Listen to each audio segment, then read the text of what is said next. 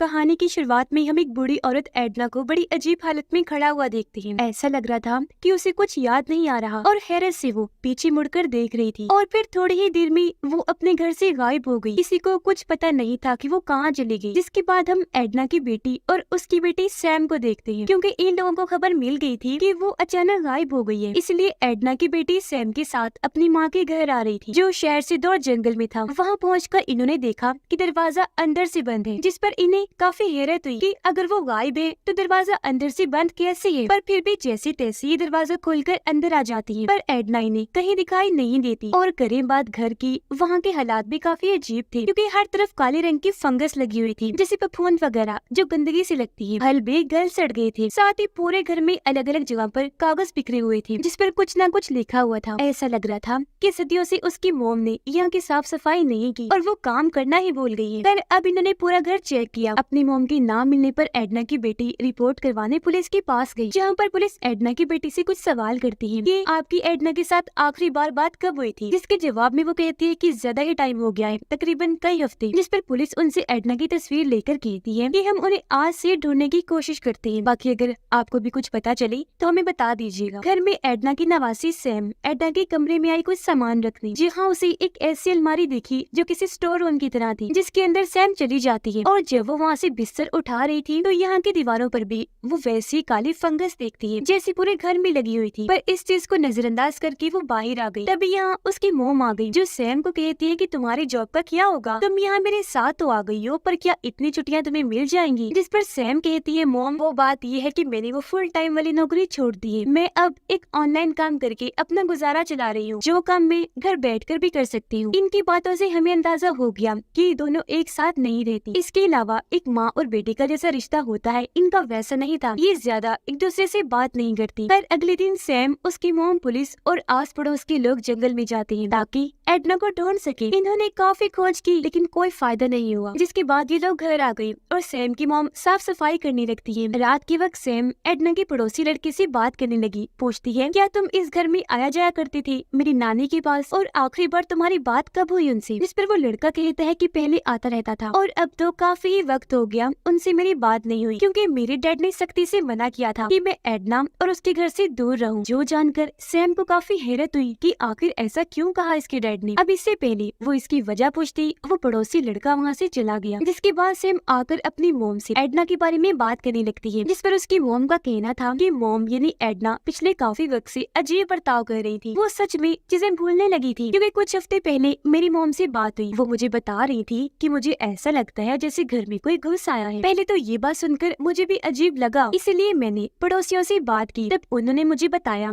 कि ऐसा कुछ नहीं है, बल्कि अक्सर एडना खुद ही दरवाजा खोल के भूल जाती है, जो बंद करना उसे याद नहीं रहता और उसे वहम होता रहता है कि घर में कोई घुस आया है। ये सुनकर सैम को अजीब लगा। वो अपनी मॉम को कहती है कि वो बुजुर्ग हैं, आप उनके बारे में इतना कुछ जान गई थी, लेकिन फिर भी उन्हें अपने घर में क्यों नहीं लेकर गई। ये आपके घर में इतनी भी जगह नहीं थी, वो बोझ है आपके लिए। जिसके जवाब में उसकी मॉम कहती है, बेटा बात घर में जगह या बोझ की नहीं है, बल्कि मैं अपने काम में बहुत मसरूफ रहती हूँ। अपने घर उन्हें ले जाती तो ख्याल कैसे रखती। जिसके जवाब में सैम कहती है, मॉम उन्होंने आपको पाल पोस कर इतना बड़ा किया, हमेशा आपका ख्याल रखा, और आज जब उन्हें आपकी जरूरत पड़ी तो आपने उन्हें अकेला छोड़ दिया, उनसे मुंह मोड़ लिया। जो कहने के बाद वो यहाँ से चली गई। अब सैम की मोम जब अपने कमरे में थी तो उन्हें एक दीवार में से अजीब तरह की आवाजें आती हैं, जो इतनी तेज थी कि सैम को भी दूसरे कमरे में सुनाई दी, और अब वो भी यहाँ आ गई। इन्होंने देखा कि उस दीवार पर काली फंगस काफी तेजी से फैल रही है, जो देखकर इन्हें लगा कि जरूर इसकी वजह से ही आवाज आ रही होगी, तो इस चीज को ये नजरअंदाज कर देते हैं। अब रात को जब सैम की मोम सो रही थी तो उन्हें एक अजीब सा सपना आया, जैसे जंगल में एक घर है और वहाँ पर एक बूढ़ा आदमी रह रहा है। पर जब ये अंदर गई चेक करने तो उस आदमी की मौत हो गई थी, यहाँ तक कि उसकी लाश का भी बुरा हाल था, वो गल सड़ गई थी। अब ये इतना भयानक सपना देखकर सैम की मोम काफी डर गई। उनकी आँख खुल जाती है, पर उन्होंने देखा कि अभी भी रात है, इसलिए वो अपनी बेटी सैम के पास ही आकर सो जाती है। फिर अगले दिन जब उसकी आँख खुली तो उसे किचन में से आवाजें आने लगी, और जब उसने जाकर देखा तो वहाँ उसकी मोम एडना थी, जो खुद ही वापस आ गई थी। और अब उन्हें उन्हें सही सलामत देखकर सैम की मॉम काफी खुश हो गई। उनकी जान में जान आई। पर अब जब उन्होंने एडना से ये सवाल किया कि आप कहाँ थी, तो इसका वो कोई जवाब नहीं देती। इतनी ही देर में यहाँ सैम भी आ गई, जो भी अपनी नानी एडना को वापस देखकर काफी खुश हो जाती है। अब सैम की मॉम पुलिस स्टेशन कॉल करके एडना के वापस आने की खबर देती है। साथ ही वो एक डॉक्टर से उनका चेकअप भी करवाती है कि उसकी मॉम ठीक तो है, जिस पर डॉक्टर उन्हें तसल्ली वाली बात बताती है कि आप शांत हो जाएं, ये एकदम ठीक है, हर चीज ओके है, इन्हें कोई चोट वोट भी नहीं आई है। पर जब डॉक्टर ने उनके सीने पर बने काले निशान को देखा तो वो इस बारे में एडना से सवाल करती है, जिस पर एडना का कहना था कि मुझे नहीं पता इस बारे में, मैंने भी ये निशान अभी देखा। जिस पर डॉक्टर इस निशान को नजरअंदाज करके कहती है कि अपने आप ही ठीक हो जाएगा, और सैम की मॉम को कहती है कि ये बूढ़ी हो गई है, इनकी इस उम्र में अकेला मत छोड़े, इनका ख्याल रखा करे। जो कहकर वो चली गई। अब सैम की मॉम दोबारा एडना से पूछने की कोशिश करती है कि मॉम बताएं तो सही, आप गई कहाँ थी? जिस पर एडना का कहना था कि बेटा मुझे कुछ याद नहीं आ रहा और मेरी तबीयत भी ठीक नहीं। ये सुनकर सैम अपनी मॉम को कहती है, मॉम अभी आप ऐसा करें, नानी को आराम करने दें, हम इस बारे में उनसे बाद में बात कर लेंगे। जिसकी थोड़ी देर बाद सैम एडना के लिए चाय बनाकर लाती है। अब इससे एडना को काफी अच्छा लगा और वो सैम को तोहफे के तौर पर अंगूठी देती है। यहाँ सैम को एडना की एक स्केचेस वाली किताब भी मिलती है, क्योंकि फ्री टाइम में वो कुछ न कुछ बना लिया करती थी। यह एडना ने अपने बेटे की भी तस्वीर बनाई थी, जिसे सैम अपनी मोम को जाकर दिखाती है, जो देखकर उसकी मोम काफी खुश हो गई कि मेरी माँ ने मुझे जहन में रख के मेरा स्केच बनाया। फिर सैम को वहाँ एक घर का स्केच दिखा, जिसके बारे में पूछने पर सैम की मोम उसे बताती है कि ये घर हमारे दादा और दादी का था, जिसे बाद में हमने छोड़ दिया। फिर काफी अरसे के बाद हमें पता चला कि दादाजी अकेले रहा करते थे, एक बीमारी की वजह से उनकी मौत हो गई। जिसके बाद हमने उस घर की और दादाजी की याद में उनके दरवाजे पर लगी कांच की खिड़की उतार ली और उसे लाकर यहाँ के दरवाजे पर लगा दिया। जिसके बाद वो सैम को कहती है कि अच्छा कल तुम अपनी नानी का ख्याल रखना, क्योंकि मैं उनके लिए ओल्ड एज होम देखने जाऊंगी, यानी जहाँ बूढ़े होने पर लोगों को भेज दिया जाता है, क्योंकि माँ को मैं वहाँ भेजना चाहती हूँ, अपने पास नहीं रख सकती, वो वहाँ सही रह सकती है। अब ये सुनकर सैम को काफी गुस्सा आ जाता है और वो अपनी माँ पर भड़क उठी। उन पर काफी गुस्सा करके वो अपने कमरे में आ जाती है, जबकि उसकी मॉम भी सोने के लिए लेट जाती है। पर तभी उन्हें बाहर से आवाज आई। वो जब चेक करने गई तो देखती है कि उसकी मॉम एडना अजीब तरह से दरवाजे की उस खिड़की के पास खड़ी है, जिसे दादाजी के घर से लाया गया था, और एडना उसे बड़े गौर से देख रही थी। अब तभी एडना की बेटी उसे कमरे में लाकर बेड पर बिठा देती है ताकि वो सो सके। एडना कहती है कि मुझे अजीब सी घबराहट हो रही है, मुझे ऐसा लग रहा है जैसे मेरे बेड के नीचे कोई है। अब उसकी बेटी बेड के नीचे झांक कर देखती है, लेकिन वहाँ पर कुछ भी नहीं था। जिसके बाद अगले ही दिन वो एडना के लिए ओल्ड एज होम ढूंढने चली गई। एक जगह उसे पसंद तो आई जो हर लिहाज से काफी ठीक थी, पर यहाँ वो जज्बाती होकर रोने लगी, क्योंकि अब उसका दिल नहीं मान रहा था कि वो अपनी माँ को यहाँ रखे, लेकिन मजबूरी की वजह से उसे ऐसा करना ही पड़ेगा। इसीलिए वो अपनी गाड़ी में आकर इस बारे में सोचने लगी कि क्या करूँ। उसे अपनी मॉम की फिक्र भी थी, इसीलिए वो बहुत ज्यादा रोने लगती है। सैम देखती है कि आज नानी का मूड काफी अच्छा है और वो डांस कर रही है, जिन्हें देखकर सैम भी काफी खुश हो जाती है। अब जैसे एडना ने उसे देखा, वो उसे भी अपने साथ डांस करवाने लगती है। जिसके बाद दोनों ने काफी बातें की। एडना उसे बताती है कि पहले यहाँ पड़ोस का लड़का आया जाया करता था, तब मेरा दिल लगा रहता था, पर अब वो नहीं आता और तभी से मैं खुद को अकेला महसूस करने लगी थी। तुम्हारे आने से कुछ दिल लगा हुआ है, वरना मैं तन्हाई में रहती हूँ। जो सुनकर सैम कहती है, नानी मैं सोच रही थी कि मैं यही आपके पास रहने लग जाऊँ, ऐसे आपका दिल भी लगा रहेगा और मैं आपका ख्याल भी रख लूंगी। जिस पर एडना कहती है, मेरी बच्ची तुम कैसे रह सकती हो, अपनी माँ के पास तो रहती नहीं, मेरे पास क्या रहोगी। अब उनका ये कहना ही था कि तभी उन्हें अचानक पता नहीं क्या हो जाता है, वो काफी अजीब हो गई। सैम को भी पहचान नहीं रही थी और उन्हें सब भूल गया था। वो सैम से पूछती है कि तुम कौन हो और यहाँ क्या कर रही हो, और उसे चोर कहकर कहती है कि इधर दो मेरी अंगूठी। चोर, तुमने मेरी अंगूठी चुरा ली। जो कहकर वो सैम के हाथ से जबरदस्ती अंगूठी को उतारने की कोशिश करती है। उन्हें तो ये तक याद नहीं था कि ये मैंने खुद उसे तोहफे के तौर पर दी थी। अब ये देखकर सैम काफी घबरा गई। वो खुद ही उन्हें अंगूठी देकर यहाँ से चली जाती है। थोड़ी देर में जब एडना नॉर्मल हुई तो सैम की मॉम के वापिस आने पर उसे बताने लगती है कि सैम ने कहा है कि अब से वो मेरे साथ ही रहे। जो सुनकर सैम की मॉम उसे कुछ नहीं कहती, पर थोड़ी देर बाद सैम देखती है कि एडना कमरे की अलमारी के पास खड़ी होकर उसे घूरे जा रही है। पूछने पर एडना उसे बताती है कि वो चीज यही अंदर ही रहती है, जो धीरे धीरे करके घर को और मुझे भी अंदर ही अंदर से खाई जा रही है, क्योंकि वो जानती है कि इस घर में मेरी यादें हैं। जिस पर सैम उसे समझाती है कि ऐसा कुछ नहीं है नानी, घर भी ठीक है और आप भी, यहाँ कुछ भी नहीं है ऐसा। जिसके बाद वो पड़ोसी लड़के के डैड से मिलने आती है। पूछने पर वो बताते हैं कि हाँ, मेरा बेटा अक्सर जाया करता था एडना के घर, वो उसके साथ खेलता था, वो साथ वक्त गुजारते थे। एक दिन जब वो दोनों हाइड एंड सीक यानी छुपन छुपाई खेल रही थी, तो मेरा बेटा उसकी अलमारी में जाकर छुप गया, पर पता नहीं क्यों एडना ने उसे अंदर ही बंद करके अलमारी को लॉक कर दिया। वो कई घंटों तक अंदर बंद रहा। एडना ने उसे बाहर नहीं निकाला और जब मैंने इस बारे में उससे पूछा तो उसका कहना था कि मैंने तो आपके बेटे को देखा भी नहीं है। हालांकि मैंने उसकी आवाजें सुन ली थी, फिर मैंने ही उसे वहाँ से बाहर निकाला और बस तभी से उसे एडना के पास जाने से मना कर दिया। अब ये सुनकर सैम को लगता है कि जरूर उस अलमारी में कोई राज छुपा हुआ है, इसीलिए वो उसे अंदर से चेक करने का सोचती है। वो जब अंदर गई तो वहाँ सच में एक रास्ता था। सैम उसके अंदर अभी नहीं जाती और ये सीन इधर ही कट हो जाता है। उधर सैम की मॉम देखती है कि एडना अकेली जंगल में जा रही है। ये भी पीछे पीछे चली गई और देखती है कि उसकी मॉम पूरी फैमिली की शुरू से लेकर अब तक की सारी तस्वीरों को खा भी रही है और वहाँ जमीन में दफन भी करने लगी है, क्योंकि उसे डर था कि कहीं ये यादें मुझसे कोई छीन ना ले। पर अगर ये मैंने कर लूंगी या जमीन में दफन कर दूंगी तो ये महफूज रहेंगी। अब सामने सैम की मॉम आ जाती है, जिस पर यह एडना उसके सामने बच्चों की तरह रोने लगी और कहती है कि मुझे अकेलेपन से डर लगता है, मैं खुद को बहुत अकेला महसूस करती हूँ। अपनी मॉम की ये हालत देखकर उसे तरस आ गया और वो उन्हें गले से लगाकर कहती है, मेरी प्यारी माँ चुप हो जाओ, मैं आइंदा के बाद आपको अकेला नहीं छोड़ूंगी और तो और मैं और सैम भी यही आपके पास ही रहेंगे। क्योंकि अब यहाँ उसने अपनी मॉम को ओल्ड एज होम भेजने का फैसला बदल लिया था, क्योंकि उसे अपनी गलती का एहसास हो गया कि मुझे माँ के बुढ़ापे में या उन्हें अकेला नहीं छोड़ना चाहिए, उनका ख्याल रखना चाहिए। जिसके बाद ये दोनों घर आ जाते हैं। जबकि अब हम सैम को देखते हैं जो उस रास्ते के अंदर चली गई। वो जब आगे बढ़ी तो रास्ता कहीं खत्म ही नहीं हो रहा था, बल्कि और अंदर ही जाता जा रहा था, जिससे तंग आकर सैम वापस जाने का फैसला करती है। जब वो बाहर निकलने का रास्ता ढूंढने के लिए पीछे आई तो वो वापस वही आ जाती है जहाँ से पहले भी गुजर गई थी। यानी कि ये जगह बिल्कुल एक भूल भुलैया थी। इसकी दीवारें और जगह बार बार बदलती जा रही है, जिसका मतलब कि अब सैम यहाँ पर फंस गई है। और अब जब वो यहाँ भटक रही थी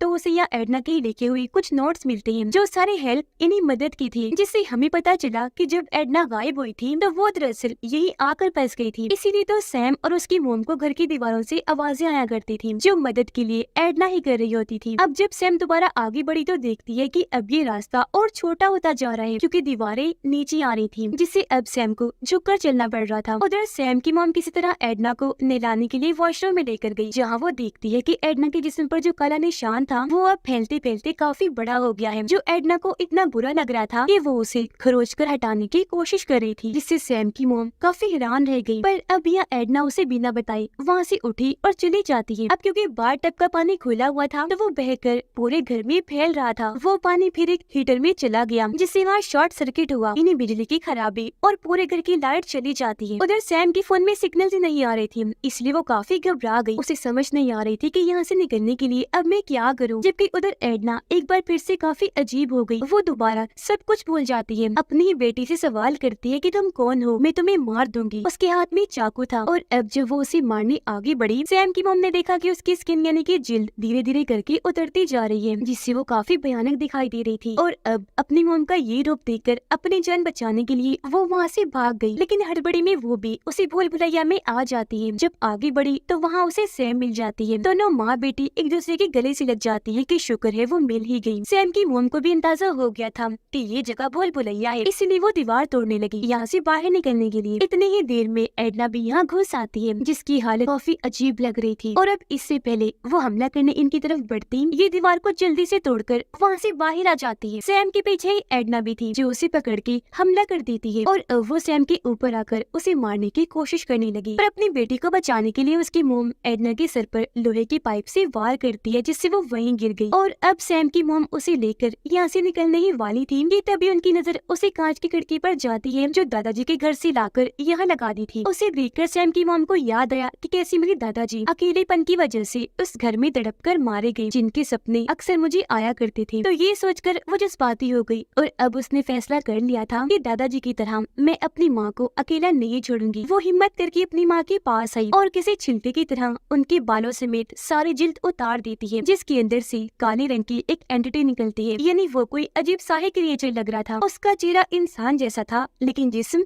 हड्डियों की तरह। अब सैम की मॉम अपनी माँ एडना को बेड पर लेकर लेट जाती है और तब ये देखकर सैम भी अपनी मॉम के पीछे वैसे लेट गई जैसे उसकी मॉम अपनी माँ एडना के पीछे लेटी हुई थी। और अब वो नोटिस करती है कि मेरी मॉम की गर्दन पे भी काले रंग का बिल्कुल वैसा ही निशान है जैसा एडना के सीने पर भी था, जो फैलते फैलते इतना बढ़ गया कि अब उसकी जिल्द को उतारना पड़ा। यानी कि अब सैम की मॉम के साथ भी यही होगा। करीब बाद दरवाजे की उस खिड़की की वहाँ भी फंगस बढ़ती ही जा रही थी। अब यहाँ हमें पता चला कि एक एंटिटी ने दादाजी के साथ भी बिल्कुल बिल्कुल ऐसे किया जैसा एडना के साथ, यानी उसे पोजेस्ट करके अपने कंट्रोल में करके अंदर ही अंदर उसे खा गई और फिर मारकर उसकी जगह खुद ले ली। और अब यहाँ एडना को मारने के बाद उसकी हालत भी ऐसी कर दी और अब उसकी बेटी इन्हीं सैम की माँ को पोजेस्ट कर लिया। उसके साथ भी बिल्कुल वैसा ही होगा, यानी ये काला रोग पाने के बाद उसकी भी मौत हो जाएगी, क्योंकि तभी एडना की भी मौत हो गई थी। ऐसा इसलिए हुआ क्योंकि इन्होंने पुराने घर का कांच यहाँ लगाया था जो कर्स्ड इन्हीं शराब की तरह काम कर रहा था, जो एक के बाद एक इनकी नस्ल को बर्बाद करके ऐसे खाया जा रहा था, क्योंकि वो एंटिटी एक डीमन है जो हेल इन्हें जहन्नम से आई और लोगों को